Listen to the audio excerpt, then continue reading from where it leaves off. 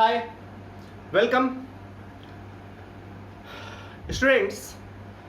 Rutherford atomic model को हम लोगों ने कंप्लीट कर लिया है। Now we are moving towards Bohr atomic model.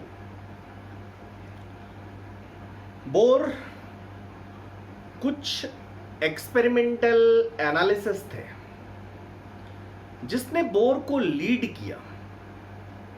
कुछ ऐसे डेवलपमेंट्स हुए थे जिसने बोर को लीड किया एक नए एटॉमिक मॉडल पे जाने के लिए। What was that? First experimental evidence था dual nature of electromagnetic radiation. Electromagnetic radiation like light जो आप देखते हो, इसमें ड्यूअल नेचर था। ड्यूअल नेचर बोलने का मतलब इसमें वेव नेचर भी था एंड पार्टिकल नेचर भी था। मतलब कुछ एक्सपेरिमेंट्स ऐसे थे जो इसके वेव नेचर को मान के ही एक्सप्लेन किया जा सकता था। कुछ एक्सपेरिमेंट्स ऐसे आए जिससे कि वेव नेचर आप लें तो कभी उसका एक्सप्लेनेशन आपको नहीं मिलेगा, पार्टिकल नेचर से ही ये फुलफिल हो रहा था। हम लोग वैसे एक्सपेरिमेंट्स का डिटेल्ड स्टडी करेंगे, बट हम लोग अभी बस उस बात पे फोकस्ड हैं जो मुझे बोर्स एटॉमिक मॉडल पढ़ाने के लिए रिक्वायर्ड है। ओके, सो पहला चीज मैंने बताया कि बोर के थ्योरी को पढ़ने के लिए जो फर्स्ट या बोर ने जो थ्योरी डेवलप करी, उस थ्योरी के डेवलपमेंट के लिए फर्स्ट लीड मिला, that was dual nature of electromagnetic radiation. Second lead ऐसा क्या आया? माय डियर स्टूडेंट्स, कुछ एटॉमिक स्पेक्ट्रम का स्टडी किया गया। स्पेक्ट्रा, स्पेक्ट्रम का प्लूरल है स्पेक्ट्रा।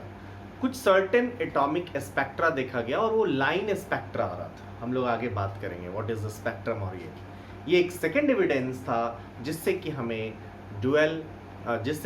बोर को एक नया एटॉमिक मॉडल देने में हेल्प मिला या उसको एक्सप्लेन किया। यही एटॉमिक स्पेक्ट्रा का एक्सप्लेनेशन बोर्स ने बहुत अच्छे से किया था, इसीलिए वो एटॉमिक स्पेक्ट्रा ऑफ हाइड्रोजन और हाइड्रोजन लाइक आयन का बहुत अच्छे से एक्सप्लेनेशन आया, जिसके कारण वो बहुत फेमस हुआ।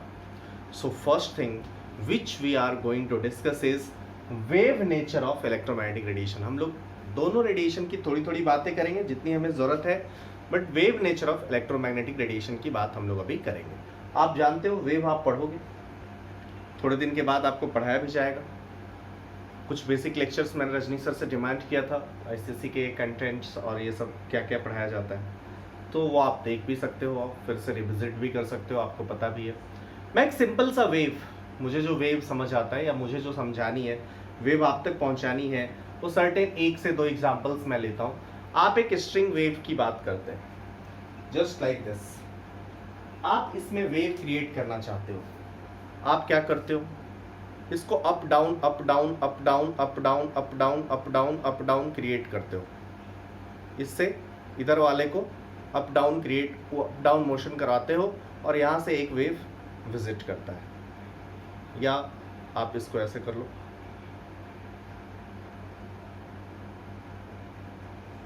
देखो इसमें अप डाउन मोशन आप कराते हो। मोशन आपने यहाँ, डिस्टर्बेंसेस आपने यहाँ पे क्रिएट किया है और ये डिस्टर्बेंसेस प्रोपेगेट कर रहा है।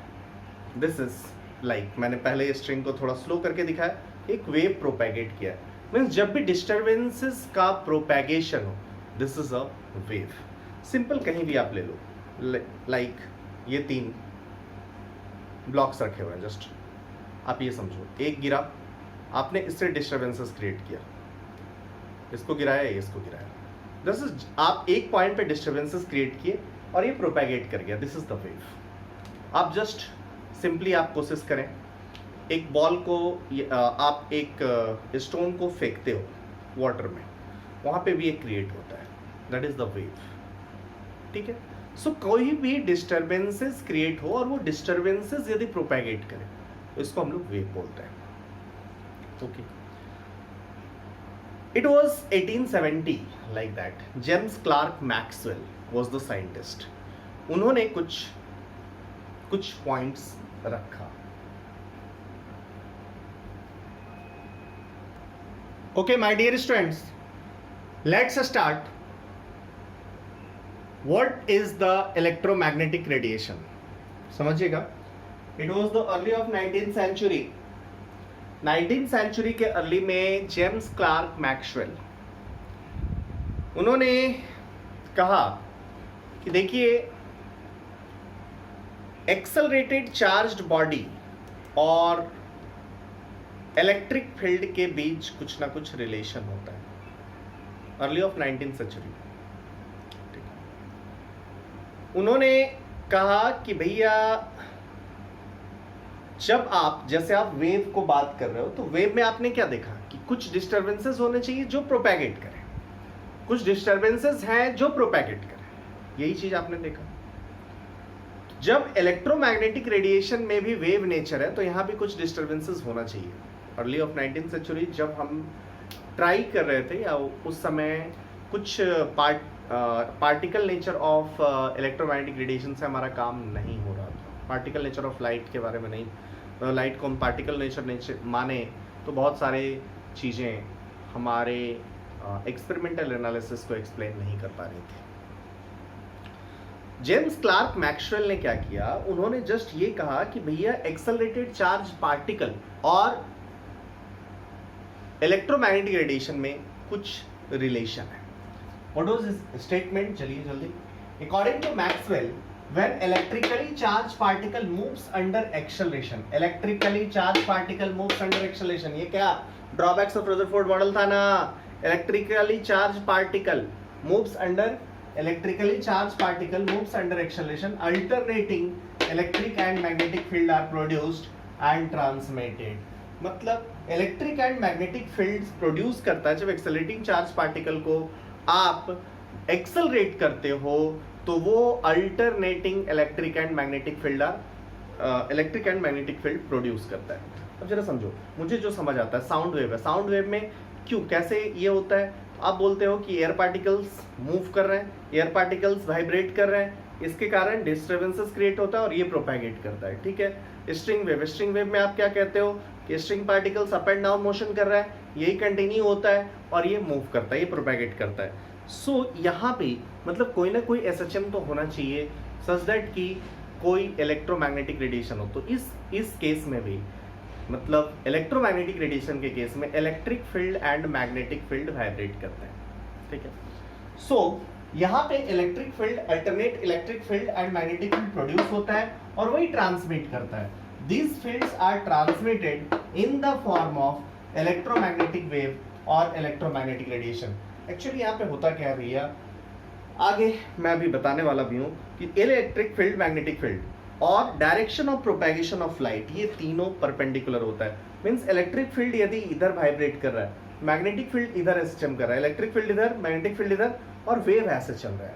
यदि वेव का लाइट ही है, मतलब if this is the speed of light, तो इलेक्ट्रिक फील्ड इसके परपेंडिकुलर और मैग्नेटिक फील्ड इन दोनों के परपेंडिकुलर। मतलब स्पीड ऑफ, पहले लाइट का एक डायरेक्शन देख लो, लाइट का एक डायरेक्शन हुआ, so electric field and magnetic field क्या होगा, इसके परपेंडिकुलर असाइन होगा। मींस इसके परपेंडिकुलर डायरेक्शन में ई फील्ड, तो इन दोनों के परपेंडिकुलर डायरेक्शन में बी फील्ड वाइब्रेट करेगा। अंडरस्टूड और not? It should be clear to all of you. So we can write next point. What will be the next point? The oscillating electric and magnetic field. The oscillating electric and magnetic field produced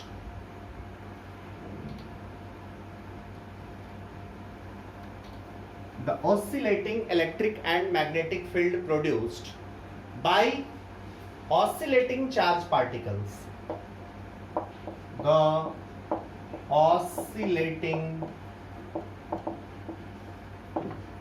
electric and magnetic field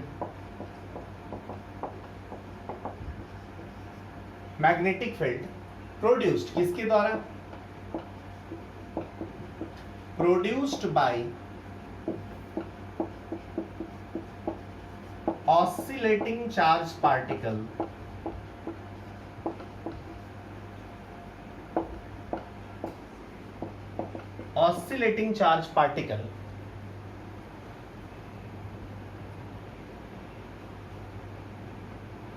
okay, oscillating charge particle जो होता है electric field, magnetic field, इनके perpendicular. समझ में आ रही बात? Oscillating charge particle are perpendicular to each other, are perpendicular to each other. मैंने अभी आपको बताया perpendicular to each other and both are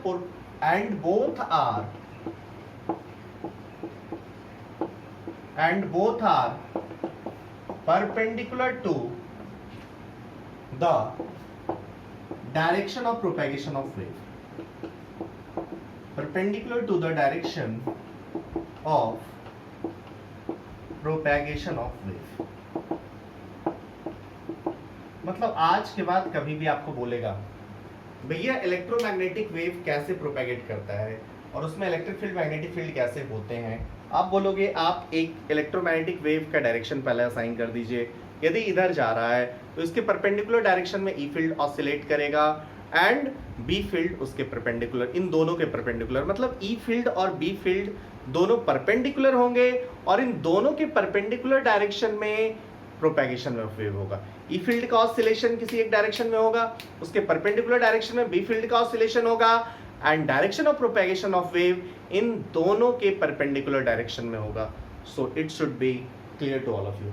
मैंने ये सिंपलिस्टिक अप्रोच आपके सामने रखा है, इसका ऐसे कॉम्प्लेक्स बिहेवियर होता है, लेकिन फिर भी मैंने एक सिंपल मॉडल आपके सामने रखने की कोशिश करी है। अब आप मेरे से पूछोगे कि यदि electric field and magnetic field oscillate कर रहा है, E field and B field are oscillating, what about amplitude? Amplitude किसको बोलते हैं?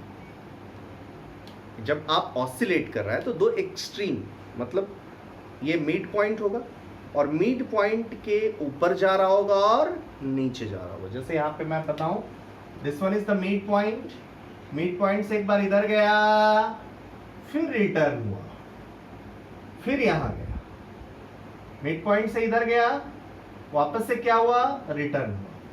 मतलब मिड पॉइंट से एक साइड पहले मैक्सिमा, फिर मिड पॉइंट पे, फिर मिनिमम, ये लगातार होता रहे। दिस वन इज ऑसिलेशन, यही ऑसिलेशन आप जानते हो ना।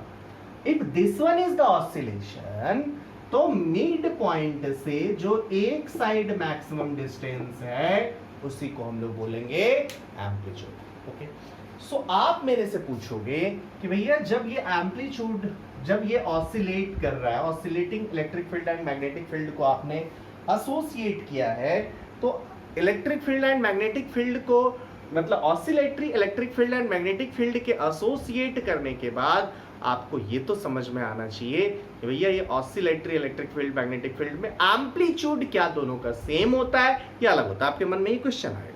ये मैंने मान लिया कि इलेक्ट्रिक फील्ड जब ये वेव प्रोपेगेट कर रहा है तो electric field and magnetic field are oscillating, electric fields and magnetic fields are oscillating, ये आपने विजुअलाइज कर लिया। देन आपके दिमाग में अगला क्वेश्चन ये आएगा, माय डियर स्टूडेंट्स, क्या इनका एम्पलीट्यूड सेम होता है? यस, इनका एम्पलीट्यूड सेम होता है। So next point, the electric and magnetic, the electric and magnetic component of electromagnetic wave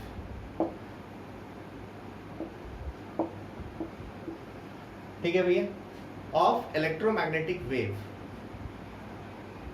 have the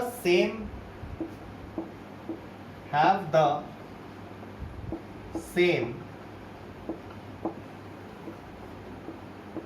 frequency, wavelength,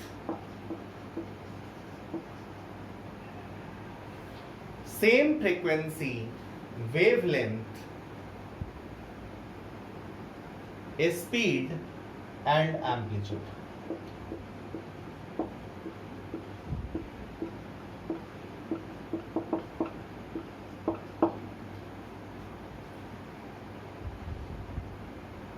ठीक है, सबके पास ना एम्पलीट्यूड सेम, फ्रीक्वेंसी सेम, सब कुछ सेम है, डिफरेंट क्या है, प्रोपैगेशन का जो प्लेन है, एक इधर तो एक इधर, ऑसिलेट किधर कर रहा है, दोनों परपेंडिकुलर डायरेक्शन में, और एवरीथिंग सेम है।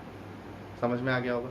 सो आज के बाद इलेक्ट्रोमैग्नेटिक वेव क्या होता है। इलेक्ट्रोमैग्नेटिक वेव में भैया electric field magnetic field mutually perpendicular direction में ऑसिलेट करते हैं, there is oscillatory electric field and magnetic field, और ये दोनों प्रोपैगेशन ऑफ इलेक्ट्रोमैग्नेटिक वेव के परपेंडिकुलर होता है। मीन्स यदि एक्स एक्सिस के along propagation of electromagnetic wave हो रहा है, देन वाई एक्सिस के अलोंग वही फील्ड है, देन जेड एक्सिस के अलोंग बी फील्ड होगा। सो ये आपको समझ में आ गया होगा। क्या इन तीनों का स्पीड सेम होगा? यस, इन तीनों का स्पीड सेम होगा। क्या इन तीनों का एम्पलीट्यूड सेम होगा? यस, तीनों का एम्पलीट्यूड सेम होगा। क्या वेवलेंथ सेम होगा? एकदम सेम होगा। अब आपके दिमाग में आ रहा होगा कि व्हाट इज वेवलेंथ, फ्रीक्वेंसी, इन सारी चीजों को थोड़ा सा हम लोग किसी भी वेव में देखते हैं। ओके, मैंने एक वेव का, साइनसॉइडल वेव का डायग्राम ड्रॉ किया। इसमें सबसे पहला चीज जो आप लोगों ने पढ़ा था, सबसे पहला प्रॉपर्टीज जो वेव का पढ़ा था, दैट इज वेवलेंथ।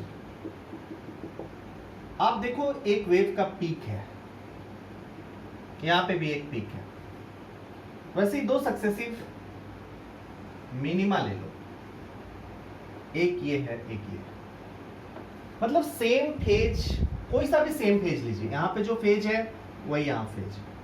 फेज क्या होता है पढ़ेंगे। अभी जस्ट ये समझो कि दो पीक, ऐसे हम लोग बोलते हैं, किसी भी दो फेज, सेम फेज वाले पॉइंट को उठा लो और उसके दो सक्सेसिव सेम फेज वाले पॉइंट को उठा लो और उसके बीच के डिस्टेंस को हम लोग वेवलेंथ बोलते हैं। बट फिर भी हम लोग यहाँ पे जस्ट अभी आपके लिए आगे आपको पूरा डिटेल्ड वे में क्लास वेव पढ़ाया जाएगा। इसको हम लोग वेवलेंथ बोलेंगे और इसको डिनोट करते हैं लैम्डा से, ठीक है, it is denoted by lambda. तो वेवलेंथ आप किसको बोलोगे? वेवलेंथ का क्या डेफिनेशन होगा? आप बोलोगे distance between two successive peaks, distance between two successive peaks is called wavelength. ठीक है भैया।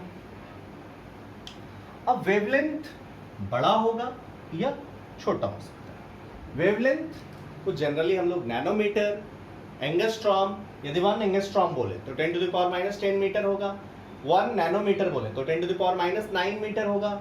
इस ढंग से 1 पिकोमीटर बोले देन 10⁻⁻12 मीटर होगा। ऐसा कुछ लिखा हुआ मिलेगा, जैसे वेवलेंथ मिलेगा 400 nanometre, means it will be 400 into 10⁻⁻9 metre.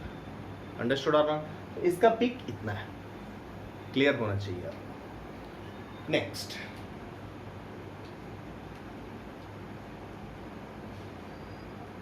चलिए, वेवलेंथ आपको समझ में आ गया, आपने लिख भी लिया। नेक्स्ट इंपॉर्टेंट चीज इज फ्रीक्वेंसी। नेक्स्ट इंपॉर्टेंट चीज इज फ्रीक्वेंसी। फ्रीक्वेंसी देखो, फ्रीक्वेंसी को कुछ लोग एप से डिनोट करते हैं, कुछ लोग न्यू से डिनोट करते हैं, जो भी आप करो। अब आप क्या करो ना,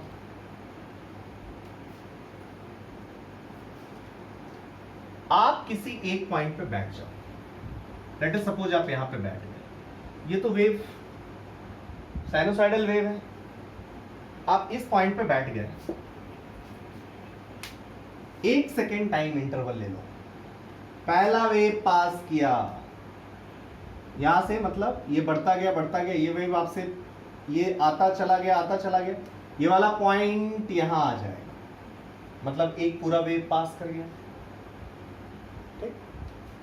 Means at any fixed point, number of wave passes through that point in unit time is termed as frequency. Frequency का मतलब एक फिक्स्ड पॉइंट पे जितना वेव यूनिट टाइम में, मतलब 1 सेकेंड में पास करता है, उसी को हम लोग बोलेंगे frequency of the wave. Frequency of the wave क्या होगा? यूनिट टाइम, 1 सेकेंड में कितना वेव 1 सेकेंड में कितना वेव पास करता है किसी एक पॉइंट से, उसको हम लोग क्या बोल देंगे? Frequency of the wave. So लिखेंगे, it is defined as it is defined as number of waves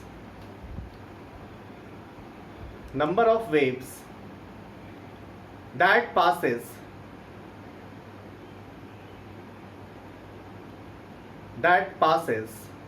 through a point in unit number of waves that passes through a point in 1 second या unit second in 1 second. It is defined as number of waves that passes through any point in 1 second. इसको हम लोग बोलेंगे frequency.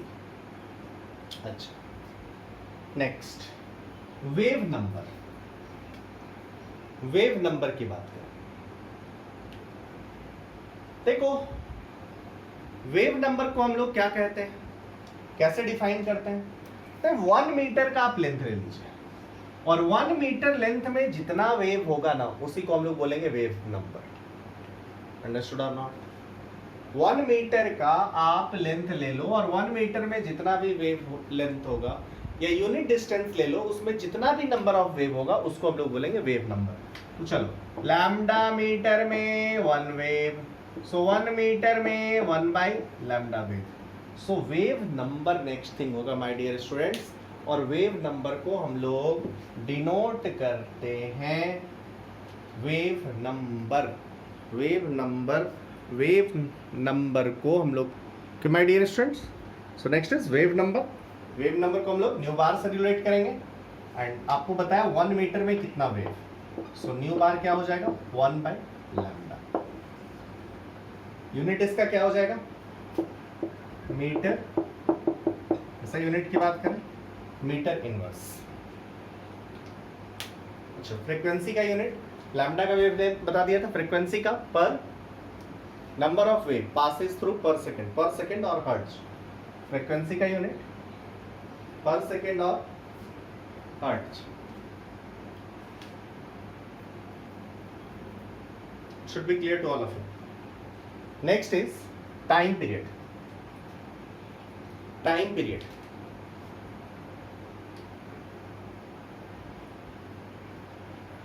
ठीक है.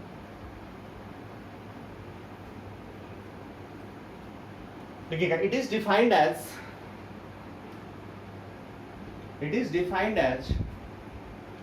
time taken for the completion of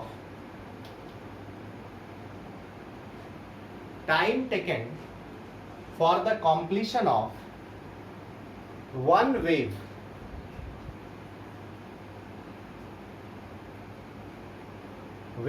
time period क्या हो जाएगा. जस्ट एक वेव कंप्लीट होने में. आप किसी पॉइंट पे बैठ जाओ, एक वेव जितना टाइम में एक वेव पास कर रहे हो उसको हम लोग क्या बोलते हैं टाइम पीरियड.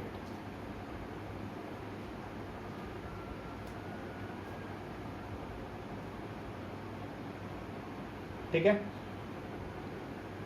सो टाइम पीरियड को डिनोट किससे करते हैं कैपिटल टी से.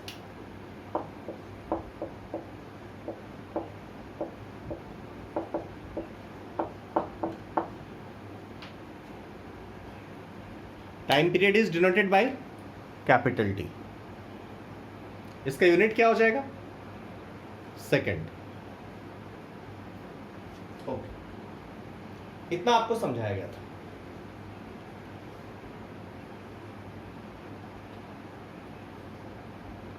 Okay my dear students, time period का यूनिट हो गया.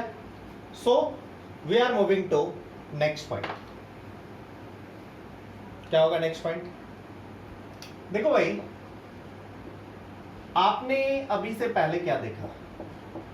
अनलाइक साउंड वेव में क्या है, साउंड वेव को कौन प्रोपेगेट कराया था. अरे एयर मॉलिक्यूल्स ही ना, जहां एयर ही नहीं हो.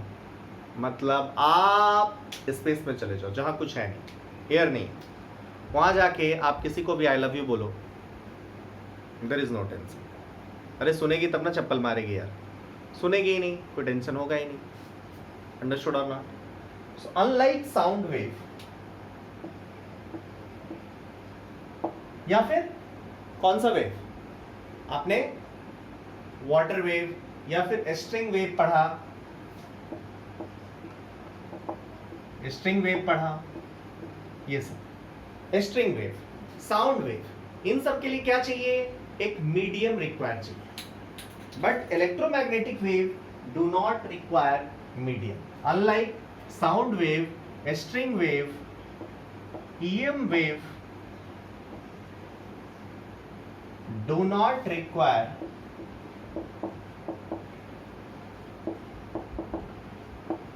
medium, इलेक्ट्रिक फील्ड भी फील्ड है यार, कहीं भी आ जाएगा, do not require medium for the propagation, for the propagation, for the propagation। इसका मतलब ये हुआ माय डियर स्टूडेंट्स कि भैया इलेक्ट्रोमैग्नेटिक वेव वैक्यूम में भी ट्रैवल कर सकता है, तभी तो आप तक पहुंचता है। Electromagnetic wave can move into vacuum also, understood और नॉट? सो कौन कौन वेव है जो वैक्यूम में मूव कर सकता है? साउंड वेव वैक्यूम में मूव कर सकता है क्या? आप बोलोगे नहीं। स्ट्रिंग वेव नहीं, स्ट्रिंग वेव अगर वैक्यूम हो तो वहां भी तो स्ट्रिंग होगा। समझ में आई बात? क्लियर है? सो इलेक्ट्रोमैग्नेटिक वेव को, स्ट्रिंग वेव को एक स्ट्रिंग चाहिए, एक स्ट्रिंग चाहिए तो एक मीडियम रिक्वायरमेंट है, लेकिन इलेक्ट्रोमैग्नेटिक वेव को कोई मीडियम रिक्वायरमेंट नहीं है। समझ में आई बात? तो भैया समझ में तो इतना आ गया, unlike side medium for the propagation, ये आपको पता होना चाहिए। सो माय डियर स्टूडेंट्स, अब ये प्रोपैगेट तो कर रहा है, समझ लिया, वैक्यूम में प्रोपैगेट करेगा, कोई अदर मीडियम है तब भी प्रोपैगेट करेगा। अब हमारा कंसर्न होगा कि इसका प्रोपैगेशन का स्पीड क्या हो। सो भैया कोई सा भी वेव हो, कोई सा भी वेवलेंथ ले लो, यदि सबको वैक्यूम में दौड़ा दो ना, स्पीड सबका सेम होगा। वेवलेंथ कितना भी हो, वेवलेंथ बड़ा हो, वेवलेंथ छोटा हो, बट सबका स्पीड सेम होगा। तो लिखेंगे in vacuum all type of electromagnetic wave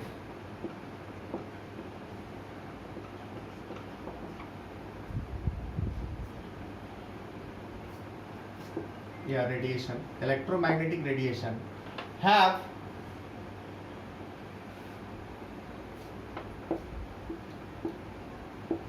same speed. सबका, सारे वेव का स्पीड भैया क्या होगा? सबका सेम स्पीड होगा, ठीक है। और इस स्पीड को डिनोट किया जाता है c, which is also called speed of light. इस c का वैल्यू कितना होता है? 3 × 10⁸ मीटर पर सेकेंड। कोई सा भी वेवलेंथ हो, सबका स्पीड यही रहेगा। इसी को हम लोग बोलते हैं स्पीड ऑफ लाइट। समझ में आ गई बात? अच्छा,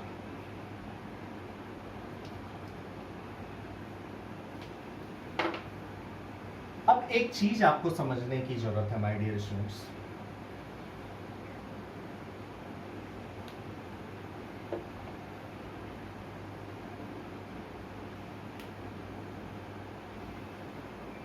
मान लो वेव स्पीड c है, किसी का कोई भी वेव है, इसका वेव स्पीड, वेव का स्पीड c है, मतलब वैक्यूम में मूव कर रहा है, और उसका वेवलेंथ लैम्डा है।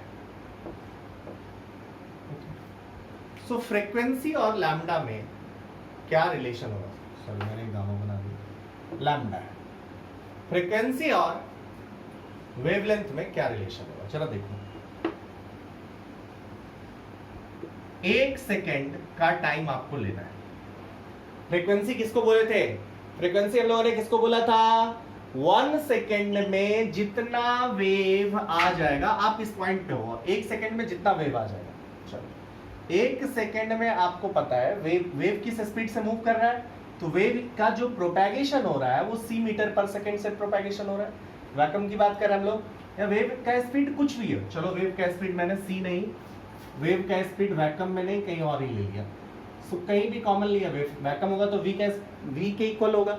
सो मैंने कहा कि भैया ये वेव v स्पीड से मूव कर रहा है, यदि v स्पीड से मूव कर रहा है तो आप कहोगे नंबर ऑफ वेव हमें बताना है। चलो सो 1 सेकेंड पहले फिक्स कर दो, तो 1 सेकेंड में इसका वेव का स्पीड है v मीटर पर सेकेंड, मतलब ये वाला जो पॉइंट है, या आप कहोगे कि जो v मीटर पहले वाला पॉइंट है, या इसी पॉइंट को लो तो ये वाला पॉइंट v मीटर दूर चला आया होगा, 1 सेकेंड में ये v मीटर आगे आ गया होगा। सो v मीटर तक का जो वेव है ना, इस पॉइंट से पास कर गया होगा। क्लियर है कि नहीं? मैं फिर से अगेन रिपीट कर रहा हूं, what I am trying to say, भैया ये हमारा वेव है और ये वेव का speed v metre per second है, मतलब 1 सेकेंड में ये वेव v मीटर पास कर गया होगा, और यहां से लेके v मीटर तक जितना भी वेव होगा वो इस पॉइंट से पास किया होगा, मतलब v मीटर का सारा वेव इस पॉइंट से पास किया है। तो कितना वेव पास किया ये आपको बताना है। Number of wave passes through the point in 1 second. Point ये वाला हुआ, v मीटर का वेव पास किया है, कितना वेव पास किया? आप बोलोगे लैम्डा मीटर वाला वेव पास करे, लैम्डा मीटर में एक वेव पास किया होगा, पक्का ना? सो 1 मीटर में 1/लैम्डा वेव पास किया होगा, पक्का ना? सो c मीटर में आपको पता है, सॉरी v मीटर में आपको पता है कि v मीटर वाला वेव पास किया है, कितना पास करेगा? v/लैम्डा। सो फ्रीक्वेंसी जो हो जाएगा, फ्रीक्वेंसी, वेव स्पीड और वेव लेंथ में जो रिलेशन आ जाएगा वो हमारे पास क्या आ जाएगा? फ्रीक्वेंसी इक्वल्स टू v/लैम्डा। अंडरस्टूड और नॉट?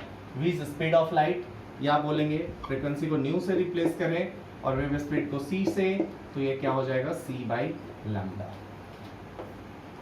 समझ में आ जाना चाहिए, मतलब c equals to frequency into wavelength हो जाएगा। दिस इज द रिलेशन जिसको कि हम लोग बहुत यूज करेंगे, frequency into wavelength equals to speed of light, और फ्रीक्वेंसी इक्वल्स टू c/लैम्डा। माय डियर स्टूडेंट्स, जरा आप इसको फील करो। आपने कहा मान लो किसी वेव का वेवलेंथ ज्यादा है, बड़ा वेव है, वेवलेंथ ज्यादा मतलब ये कह रहा है फ्रीक्वेंसी कम। जरा सोचो, दो वेव सेम स्पीड, दोनों c, मतलब स्पेस में मूव कर रहे हैं, वैक्यूम में मूव कर रहे हैं, कुछ नहीं हुआ, दोनों का वेव का स्पीड सेम, बट एक वेव का वेवलेंथ ज्यादा है और दूसरे वेव का वेवलेंथ कम है, ऐसा है। अंडरस्टूड? एक वेव का वेवलेंथ ज्यादा, एक वेव का वेवलेंथ कम, बट स्पीड दोनों का same. Let us suppose this one is c metre, तो 1 सेकंड में देख रहे हो यहाँ पे ज्यादा वेव पास कर जाएगा और यहाँ पे कम वेव पास करेगा, मतलब जिसका लैम्डा कम होगा वो उसका फ्रीक्वेंसी ज्यादा होगा। मतलब आप यहाँ पे बैठे थे, अब इसका वेवलेंथ बड़ा है, यदि वेवलेंथ बड़ा है मतलब 1 सेकंड में कम वेव पास करेगा, और यदि वेवलेंथ छोटा है तो ज्यादा वेव पास कर जाएगा, मतलब इसका फ्रीक्वेंसी ज्यादा होगा, इसका फ्रीक्वेंसी कम होगा। अब आप कह सकते हो कि भैया यहाँ से तो एक और चीज समझ में आ रही है यार, क्या वेव क्या कैरी करता है? वेव अपने साथ डिस्टर्बेंसेस को क्रिएट करता है, मतलब अपने साथ एनर्जी को प्रोपेगेट कराता है। इसका मतलब यदि फ्रीक्वेंसी ज्यादा होगा मतलब ज्यादा वेव पास कर गया, ज्यादा वेव पास कर गया मतलब एनर्जी भी ज्यादा पास कर गया। सो पार्टिकल नेचर में मैं आऊंगा आगे, प्लैंक्स क्वांटम थ्योरी को जरा मैं आपको बताने की कोशिश करूंगा, but wave nature of electromagnetic radiation का सारे पॉइंट्स क्लियर होना चाहिए। मैं एक बार फिर से रिवाइज कर रहा हूँ आपको। जस्ट मैंने बात करी भैया इलेक्ट्रिक फील्ड मैग्नेटिक फील्ड के ऑसिलेशन से क्रिएट होता है। इलेक्ट्रिक फील्ड मैग्नेटिक फील्ड का ऑसिलेशन परपेंडिकुलर डायरेक्शन में है और इसके perpendicular direction of propagation of wave है। It should be clear to all of you. फिर नेक्स्ट थिंग हमने बात किया कि भैया एम्पलीट्यूड यहाँ पे किसको बोल रहे हैं? इस चीज को हम लोग एम्पलीट्यूड बोल रहे हैं। सो भैया इलेक्ट्रिक फील्ड का एम्पलीट्यूड, मैग्नेटिक फील्ड का एम्पलीट्यूड और वेव का एम्पलीट्यूड, इन तीनों का एम्पलीट्यूड सेम होगा, इन तीनों का वेवलेंथ सेम होगा, इन तीनों का फ्रीक्वेंसी सेम होगा, इन तीनों का स्पीड सेम होगा। अंडरस्टूड और नॉट? ये सारी चीजें हम लोगों ने बात करी, ठीक है। सो नेक्स्ट थिंग हम लोगों ने ये देखा कि फ्रीक्वेंसी और लैम्डा में क्या रिलेशन होता है।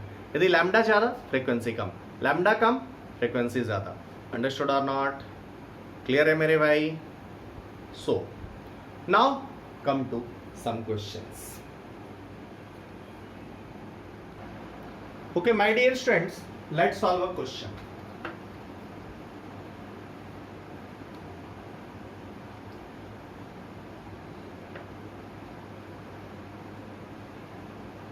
Let's solve a question. Please write down. Calculate the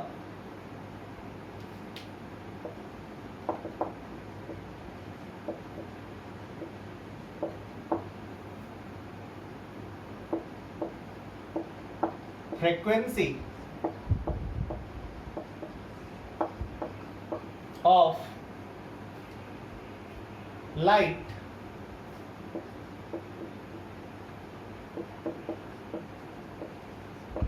that has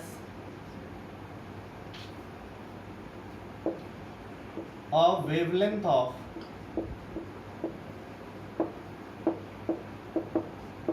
700 nanometer. ठीक, स्पीड ऑफ लाइट दिया हुआ है c equals to 3 into 10 to the power 8 metre per second. कुछ नहीं दे तो यही लेना है, जल्दी फटाफट फटाफट। क्या करोगे? फ्रीक्वेंसी देना है, वेवलेंथ दिया हुआ है, फ्रीक्वेंसी चाहिए, न्यू चाहिए, क्या हो जाएगा? c by lambda. c is what? 3 into 10 to the power 8 ना मीटर पर सेकेंड। चलो वेवलेंथ है क्या? 700 नैनोमीटर। इसमें गलती मत करना, unit 10 to the power -9 metre होगा कि नहीं होगा? जस्ट इसको निकालो, फ्रीक्वेंसी पर सेकंड में आपको दिख रहा है, हर्ट्ज में आ जाएगा। फ्रीक्वेंसी यहाँ से सॉल्व कर लो, यू विल गेट आंसर। बोलो भैया। सो आंसर यहाँ से जो आएगा 4.285 इंटू 10 टू द पावर 14 शायद आएगा 14 पर सेकेंड और हर्ट्ज। क्लियर है? It should be clear to all of you. So ये -10 लेवल क्वेश्चन है यार, कुछ नहीं। सी लैम्डा ये दिस दैट दिया हुआ है, बहुत आसान है। ओके एक बात बताओ, हमने बताया आपसे फ्रीक्वेंसी इंटू लैम्डा होता है c, वेव का स्पीड होता है v। यदि फ्रीक्वेंसी को डबल कर दें देन वेव का स्पीड क्या हो जाए? डबल हो जाएगा ना। फ्रीक्वेंसी को डबल कर दें देन वेव का स्पीड डबल हो जाएगा। पक्का? नहीं गधों, फ्रीक्वेंसी को डबल करेंगे तो वेव का स्पीड कैसे डबल होगा यार? वेव का स्पीड तो वही रहेगा, फ्रीक्वेंसी को डबल करेंगे वेवलेंथ हाफ हो जाएगा। नंबर ऑफ वेव डबल पास किया मतलब वेवलेंथ आधा हुआ था, तभी तो। समझ में आया कि नहीं? It should be clear to all of you. Clear है मेरे भाई? चलिए now move to next topic.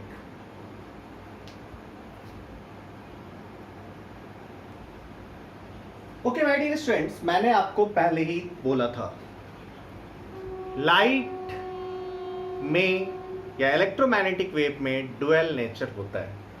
Means कुछ सर्टेन एक्सपेरिमेंट्स इसके वेव नेचर को मान के सेटिस्फाई करते हैं, वेव नेचर को फॉलो करते हैं, एंड सर्टेन एक्सपेरिमेंट्स इसके हैं जो इसके पार्टिकल नेचर को मानते हुए एक्सप्लेन होते हैं। ओके उसका एक फेमस एक्सपेरिमेंट है that is photo electric effect. आपको इन डिटेल कराया जाएगा, आप टेंशन ना लें। मैं थोड़ा सा आपको समझाता हूं। लेट अस सपोज ये एक मेटल है, इस मेटल पे आप इलेक्ट्रोमैग्नेटिक रेडिएशन आपने इसको डाला। अब what ever be the frequency, what ever be the wavelength, क्या होगा? आप मतलब कुछ एनर्जी इसको लगातार दे रहे हो ना, you are supplying some amount of energy ना।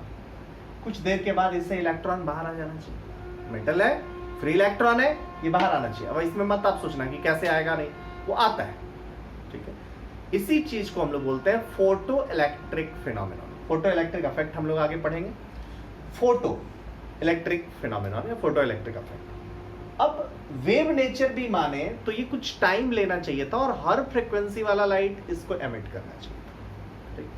बट एक्सपेरिमेंटली देखा गया कि फॉर अ सर्टेन मेटल, आप एक मेटल को पहले फिक्स करो, इस मेटल के लिए एक सर्टेन फ्रीक्वेंसी से ज्यादा फ्रीक्वेंसी वाला आप लाइट लोगे देन ही हो सकता है, अदरवाइज इलेक्ट्रॉन एमिट होने वाला नहीं। उससे कम फ्रीक्वेंसी का लिए कभी इलेक्ट्रॉन एमिट नहीं हुआ, चाहे जितना देर भी आप रेडिएशन दे दो।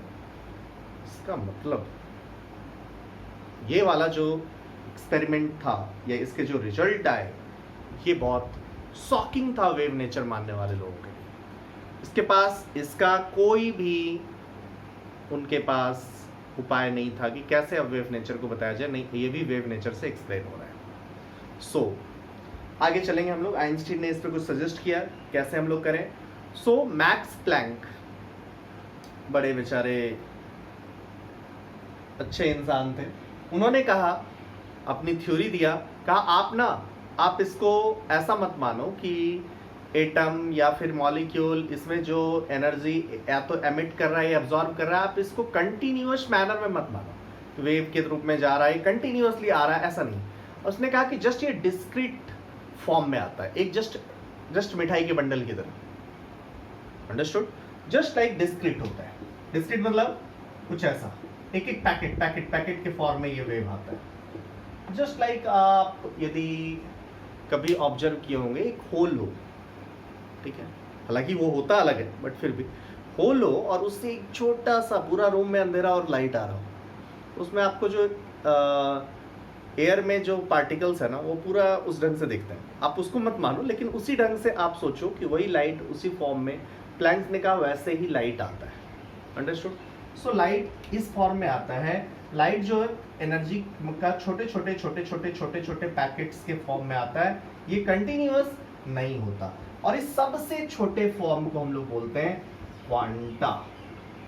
क्वांटा, और लाइट के लिए क्वांटा को हम लोग बोलते हैं फोटॉन। सो इस फेनोमेनन को बोला गया फोटो इलेक्ट्रिक। फोटॉन देने से electric current, photo electric. Understood और नॉट? इलेक्ट्रॉन का जो रिमूवल हो रहा है उसको फोटो इलेक्ट्रिक इफेक्ट। हम लोग आगे इसको डिटेल्ड स्टडी करेंगे, इसके लिए वरीड होने की जरूरत नहीं। अभी आपको क्या समझना है, पार्टिकल नेचर में क्या बोला, प्लैंक्स ने क्या सजेस्ट किया कि भैया एनर्जी किसी भी इलेक्ट्रोमैग्नेटिक वेव से क्या आएगा, इलेक्ट्रोमैग्नेटिक वेव से छोटे पैकेट्स के फॉर्म में आता है, और एक छोटे से पैकेट को हम लोग बोलेंगे फोटॉन। सो फोटॉन का मतलब समझना, एनर्जी एक छोटे पैकेट्स में आएगा, और एक सबसे छोटे पैकेट को, इससे छोटा नहीं, आइदर एक फोटॉन लेगा, 2 फोटॉन लेगा, 3 फोटॉन लेगा, 4 फोटॉन लेगा, मतलब इस छोटे फोटॉन के एक फोटॉन के मल्टीपल में ही होगी एनर्जी। इसका नहीं कि हाफ लिया हाफ छोड़ दिया, ये कभी नहीं होगा। Understood or not? It should be clear to all of you. So we should write down now.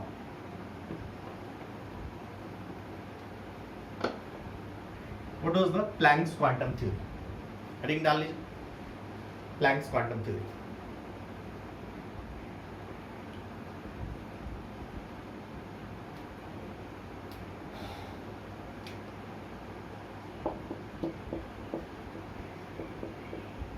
According to Planck,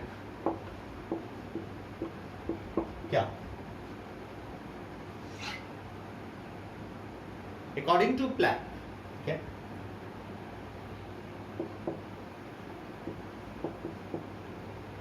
Atoms और molecules, कोई भी एक एटम या मॉलिक्यूल, ठीक, वो जो होते हैं could emit, या तो एमिट करेंगे या फिर एब्जॉर्ब करेंगे, ठीक है।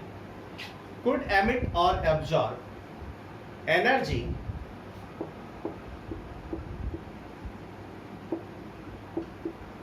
Only in discrete manner, continuous manner में नहीं हो।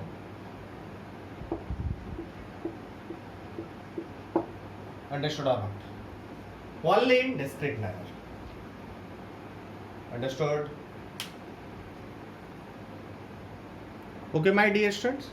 Atoms or molecules could emit or absorb energy only in discrete manner. अब भैया ये जो discrete manner है, मतलब in the form of small packets. ठीक है भैया, मिठाई के bundle in the form of small packets. अब अगला पॉइंट लिखेंगे, ईच स्मॉल पैकेट मतलब कोई इसको जो ब्रेक ना किया जाए. Each small packet is called quantum. Is called क्या? क्वांटम. अंडरस्टूड और not? And quantum for light, quantum for light or electromagnetic wave, quantum for EM radiation is called photon. सबसे छोटा जिसको ना तोड़ा जा सके उसको हम लोग बोल रहे हैं क्वांटम, और लाइट के लिए या फिर आप इलेक्ट्रोमैग्नेटिक रेडिएशन के लिए उस क्वांटम को हम लोग बोल रहे हैं फोटॉन. ओके, अभी माय डियर स्टूडेंट्स, थोड़ी देर पहले ही मैंने आपसे बात करी थी क्या, वेव क्या है? एनर्जी का एक सोर्स है. ठीक, ज़्यादा वेव मतलब ज़्यादा एनर्जी. मतलब अब इसके एक फोटॉन की एनर्जी की बात करो, एक फोटॉन की एनर्जी की बात करो, तो यदि वेवलेंथ कम मतलब फ्रीक्वेंसी ज़्यादा मतलब ज़्यादा वेव आ रहा है, ज़्यादा वेव आ रहा है मतलब एनर्जी भी ज़्यादा आ रहा है. सो यहीं से उसने रिलेट कर दिया भैया, एक फोटॉन की एनर्जी की बात करेंगे ना, एक फोटॉन, नॉट पूरे वेव की एनर्जी, एक फोटॉन की एनर्जी की बात करेंगे. So energy of one photon यदि आप बात करोगे तो it's directly proportional to nu, frequency के डायरेक्टली प्रोपोर्शनल होगा. So energy of one photon यदि आप बात करोगे, so energy of one photon को हम एक प्रोपोर्शनलिटी कांस्टेंट लाएंगे, और उस प्रोपोर्शनलिटी कांस्टेंट को ही बोला जाता है प्लैंक्स कांस्टेंट. इस केस में बोला जाता है प्लैंक्स कांस्टेंट, h का वैल्यू फिक्स होता है. सो यहां से एक चीज आपको समझ में आ गया होगा कि यदि फ्रीक्वेंसी ज्यादा तो एनर्जी ज्यादा, फ्रीक्वेंसी कम मतलब वेवलेंथ ज्यादा तो एनर्जी कम होगा. Here h is called Planck's constant. What is the value of Planck's constant? 6.626 या 6.63 भी हम लोग लेते हैं. 6.626 इंटू 10 टू द पावर -34. चलो, h का यूनिट क्या? इधर एनर्जी मतलब जूल, और इधर पर सेकेंड मतलब इधर क्या आ जाएगा? Joule into second. अंडरस्टूड और नॉट? क्लियर है मेरे भाई? सो यदि मान लो कोई भी सोर्स है, इसी सोर्स की बात कर रहे हैं, और इस सोर्स में कंटिन्यूअस आपने इलेक्ट्रोमैग्नेटिक वेव लिया है. सो इस सोर्स ने कितना एनर्जी एब्जॉर्ब किया है? एनर्जी एब्जॉर्ब्ड या एमिट यदि लिखना होगा, टोटल एनर्जी कभी भी टोटल एनर्जी एब्जॉर्ब्ड या एमिटेड लिखना होगा किसी भी सोर्स से, आइदर एब्जॉर्ब्ड और एमिटेड लिखना होगा. तो आप क्या बोलोगे? It should be n into h nu, where n is what? Number of photons.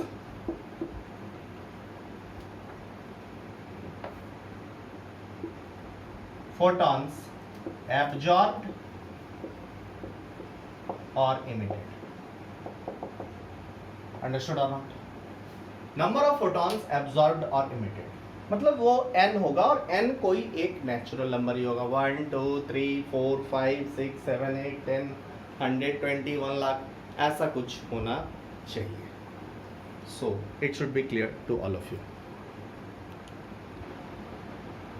Okay, my dear students, let's start to solve questions.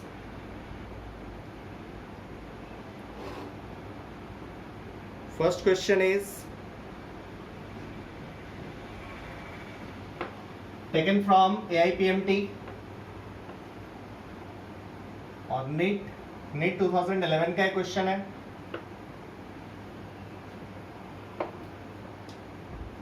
Question was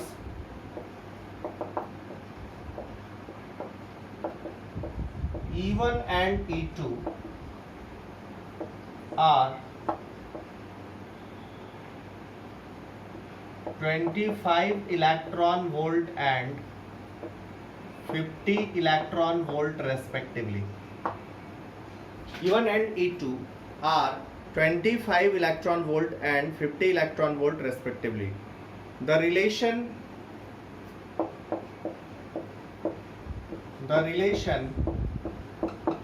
between wavelength lambda 1 and lambda 2 are option A lambda 1 equals to lambda 2, option B lambda 1 twice lambda 2, lambda 1 equals to twice lambda 2, option C 4 lambda 2, option D lambda 1 by 2 is equals to lambda 2. ये चार option है आपके पास. चलो clear है, आराम से हम लोग करें. इक्वल्स टू क्या हो जाएगा, एच सी बाई लैम्डा. कुछ लोग ना यहाँ पे ज्यादा सोचने लगे, अरे यार ये सिंपल है ना, E1 E2. E1 कितना 25, ये वाला कितना 50, ये वाला ज्यादा. यदि एनर्जी डबल, एनर्जी 2 टाइम्स मतलब वेवलेंथ हाफ. मतलब आप बोलोगे एनर्जी किसका ज्यादा, E2 का. वेवलेंथ किसका ज्यादा, मतलब जिसका एनर्जी ज्यादा उसका वेवलेंथ कम. एनर्जी ज्यादा वेवलेंथ कम मतलब लैम्डा 2 कम इंटू 2, अब ज्यादा के इक्वल होगा. खत्म. अब कुछ लोग इसमें 25 इलेक्ट्रॉन वोल्ट है ना, ये कौन सा एनर्जी है, ये इलेक्ट्रॉन वोल्ट है क्या, फिर उसको हम जूल में तो नहीं लाएंगे. फालतू के बकवास बातें आप में आनी शुरू हो गई होंगी. ओके खैर, बट हम लोग थोड़ा कर लेते हैं क्या. चलो अब कोई कहेगा इलेक्ट्रॉन वोल्ट क्या है, जरा समझ ही लेते हैं. 1 electron volt, what do you mean by this. 1 electron into 1 volt. आपने एनर्जी, पोटेंशियल एनर्जी का के बारे में क्लास 9-10 में पढ़ा होगा. This one is Q into V, charge into voltage. Charge को जब इलेक्ट्रॉन में लिए और वोल्टेज को वोल्ट में लिए तो एनर्जी का एक नया यूनिट हो गया electron volt. So 1 electron volt is unit of energy. Okay, so इसी को अब आप जानते हो, इसी को कुलम में चार्ज लें और वोल्ट में लें तो कुलम इंटू वोल्ट जूल हो जाएगा. सो इसको कुलम में लेके चले जाओ तो ये वाला कितना आ जाएगा 1.6 into 10 to the power -19 coulomb into volt. So ये वाला कितना हो जाएगा 1.6 into 10 to the power -19 joule. So 1 electron volt की यदि बात करें भैया तो this one is 1.6 into 10 to the power -19 joule. It should be clear to all of you. Understood.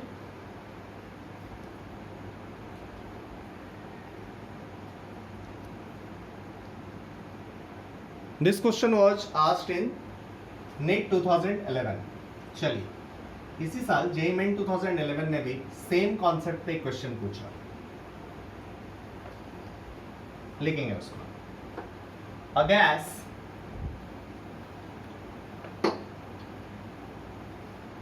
A gas absorbs a photon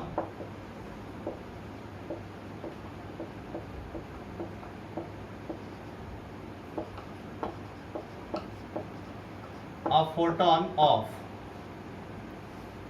355 nanometer.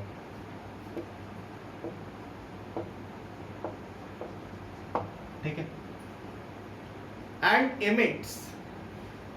and emits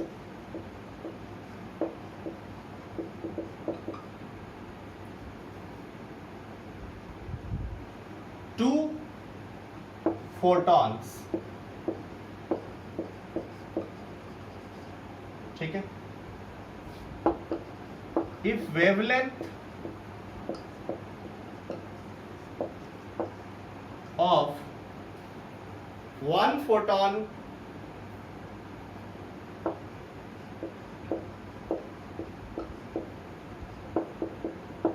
(680 nanometer) then lambda for other photon. Other photon का lambda आपको निकालना है। Option A दिया हुआ है 325 nanometre, option B is 518 nanometre, option C is 743 nanometre, option D is 1035 nanometre. Solve it फटाफट।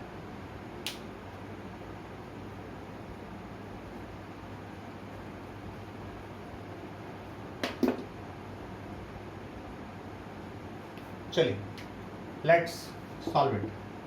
Solution की बात करें, भैया कह रहा है कि एक ऐसा सोर्स है, इस सोर्स से एक फोटोन एब्जॉर्ब किया, मतलब hc बाई लैम्डा एब्जॉर्ब, और 2 फोटोन एमिट कर दिया, उतना ही एनर्जी का 2 फोटोन एमिट कर दिया। मतलब आप बोलोगे hc बाई लैम्डा, अरे h न्यू से hc बाई लैम्डा आएगा ना, न्यू की जगह c बाई लैम्डा रखेंगे तो hc बाई लैम्डा, लैम्डा क्या है एब्जॉर्ब्ड हो जाएगा, इज इक्वल्स टू क्या हो जाएगा hc बाई पहला फोटोन प्लस दूसरा फोटोन hc बाई लैम्डा 2, मतलब hc कैंसल। आप बोलोगे यहाँ से क्या आ जाएगा 1 by lambda absorb equals to 1 by lambda 1 plus 1 by lambda 2। Solve कर लोगे, हो जाएगा कि नहीं हो जाएगा? ओके, सो लाइव क्लास में हम लोग आंसर करेंगे। Understood this?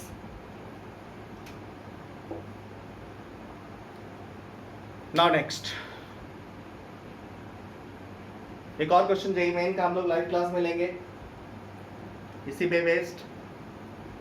वो भी क्वेश्चन आपको समझ में आना चाहिए, क्वेश्चन अच्छा था, उस टाइप का आगे भी क्वेश्चंस पूछा जा सकता है। Come to next question. Next question please write down.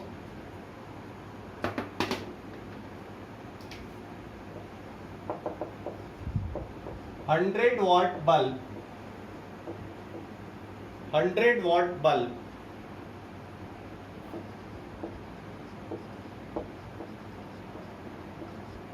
emits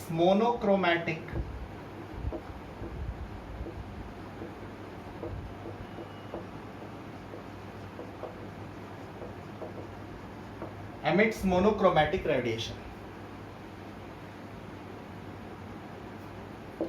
of the radiation of wavelength equals 400 nanometre. Clear है भैया? मतलब सबसे पहले तो यहां समझना कि मोनोक्रोमैटिक रेडिएशन का मतलब क्या होता है। सर पूछता क्या है, एनसीईआरटी का क्वेश्चन है ये, calculate number of photons emitted पर सेकेंड।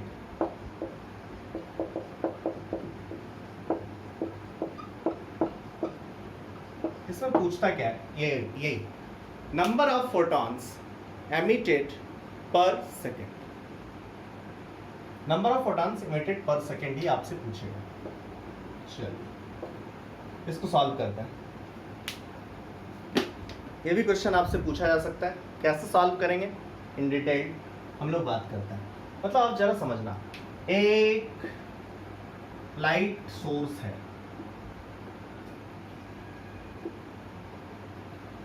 ये लाइट सोर्स ना कंटिन्यूअस इलेक्ट्रोमैग्नेटिक रेडिएशन एमिट कर रहा है।